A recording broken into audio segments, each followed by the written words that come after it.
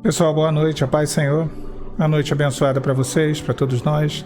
Nessa noite de segunda-feira, hoje é dia 4 de novembro de 2024. Que o Senhor venha ministrar os nossos corações por intermédio dessa conversa, dessa mensagem aqui pelo canal. Peço que vocês curtam o vídeo, se inscrevam no canal, compartilhem, comente. Quem quiser fazer parte dos projetos aqui do canal, é só clicar no botão Seja Membro.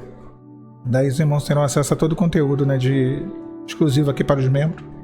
E também terão acesso ao clube de membros, do canal, na verdade, que é esse conteúdo. E quem quiser participar, irmãos, eu tenho anunciado aqui diariamente, do projeto de aconselhamento e de mentoria. O link vai estar na descrição, no comentário fixado, primeiro comentário, para mais informações como funciona esse projeto. Para a nossa leitura, para a nossa mensagem, a nossa conversa. Nossa leitura vai estar no Evangelho segundo Lucas, capítulo 7, versículo 8, diz assim: porque também eu sou homem sujeito à autoridade e tenho soldados sobre o meu poder. E digo a esse, vai, e ele vai. E digo ao outro, vem, e ele vem. E ao meu servo, faze isso, e ele faz.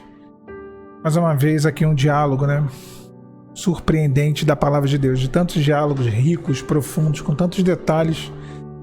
A gente vê aqui a sabedoria de argumentação de um homem, que maravilhou essa argumentação a Jesus. As palavras dele fizeram Jesus ficar ali admirado. E pelo que nós entendemos do texto, claramente esse homem não era de Israel, era um gentio. Versículo 10 do Lucas 7 dá claramente a entender isso, nos mostra claramente isso. E o detalhe aqui da palavra, do texto, é a expressão utilizada também. Utilizada essa expressão pelo centurião romano. Um centurião romano, ele disse que o Senhor Jesus estava sujeito à autoridade, assim como ele estava. Vamos voltar ao texto. Porque também eu sou homem sujeito à autoridade. Então, eu também, ou seja, você está sujeito a uma autoridade, eu também estou sujeito a uma autoridade. Isso é lindo, que Jesus realmente estava sujeito à autoridade do Pai. O centurião era, por sua condição, servo, e ele devia obedecer às ordens. Porém, mesmo ele estando debaixo de uma autoridade superior, o centurião, ele tinha sob seu comando homens sobre os quais ele podia ali ordenar, tomar decisões, mesmo que essas decisões não fossem a que ele havia recebido para cumprir. Ou seja, ele podia ter recebido uma outra ordem dos superiores, mas ele poderia dar a ordem que ele quisesse aos seus subalternos, aos seus ali inferiores, aos seus soldados. Então, em resumo, o que ele disse para Jesus? Eu sei que o Senhor veio cumprir um projeto de alguém superior, o projeto do Pai. Olha como que é a revelação, Quando a gente entende os desígnios de Deus, quando a gente entende os planos de Deus, não precisa ser formado em teologia, não precisa ser filho de cristão, ter nascido em berço cristão, não, nada disso. Só precisa ter sensibilidade espiritual e o Espírito Santo em si.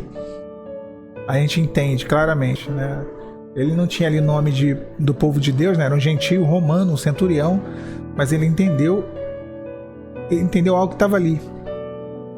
Algo muito maior, um projeto muito maior, que era o projeto da salvação.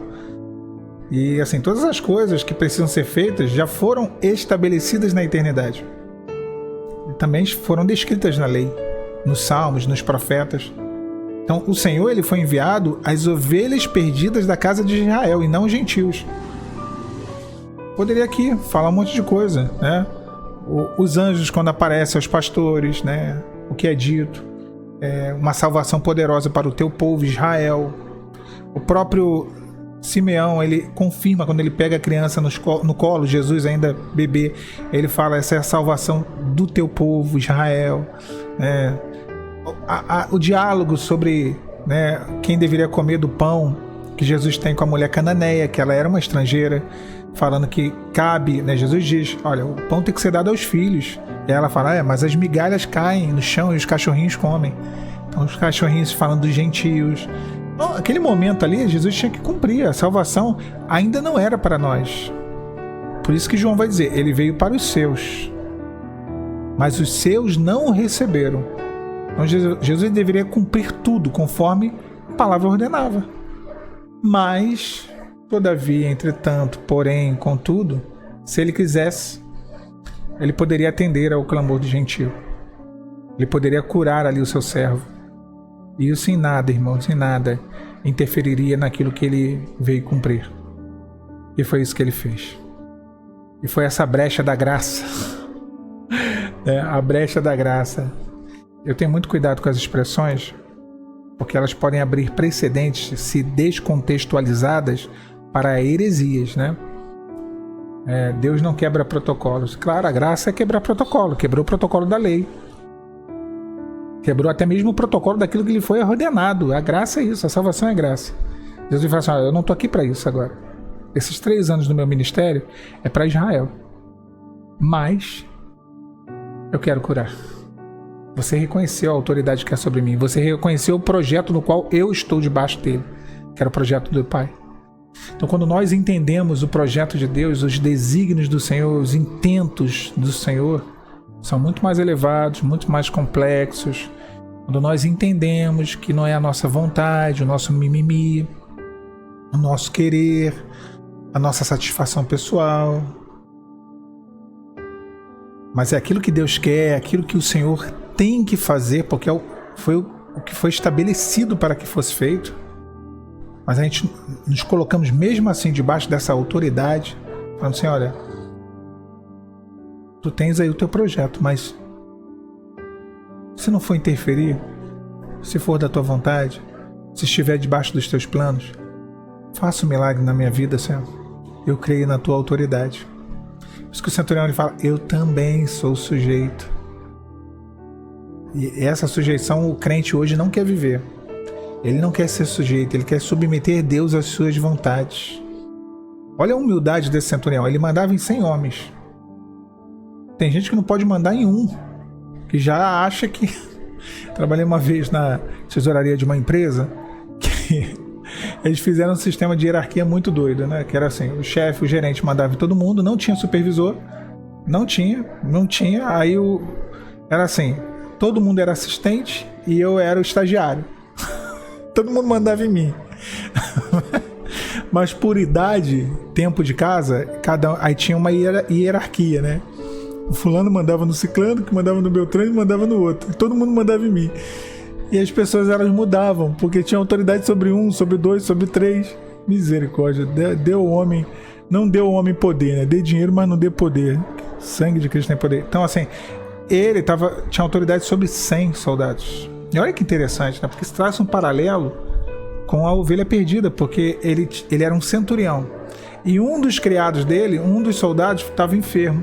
Então ele deixou esse enfermo, né? Ele deixou, quer dizer, os 99 e foi atrás da ovelha perdida. Foi atrás da solução para aquele que estava perdido, né? É típico aqui, é um paralelo com a parábola ali da ovelha perdida.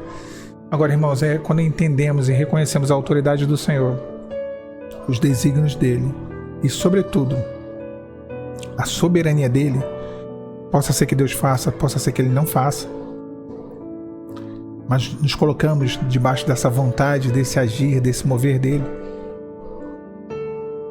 é algo que toca no coração de Deus. Não surpreende, porque Deus não pode ser surpreendido por nada, mas isso é uma atitude de fé, uma atitude de confiança, uma atitude de humildade, de reconhecer o Senhor e de entender que a vontade dele é soberana. Aquilo que ele tem para fazer é o melhor, ainda que não seja o que eu queira. E esse centurião entendeu isso. Que possamos, que venhamos a entender isso em nossas vidas. Tá bom? Uma breve mensagem ao teu coração nessa noite de segunda. Paz, Senhor. Tchau, tchau.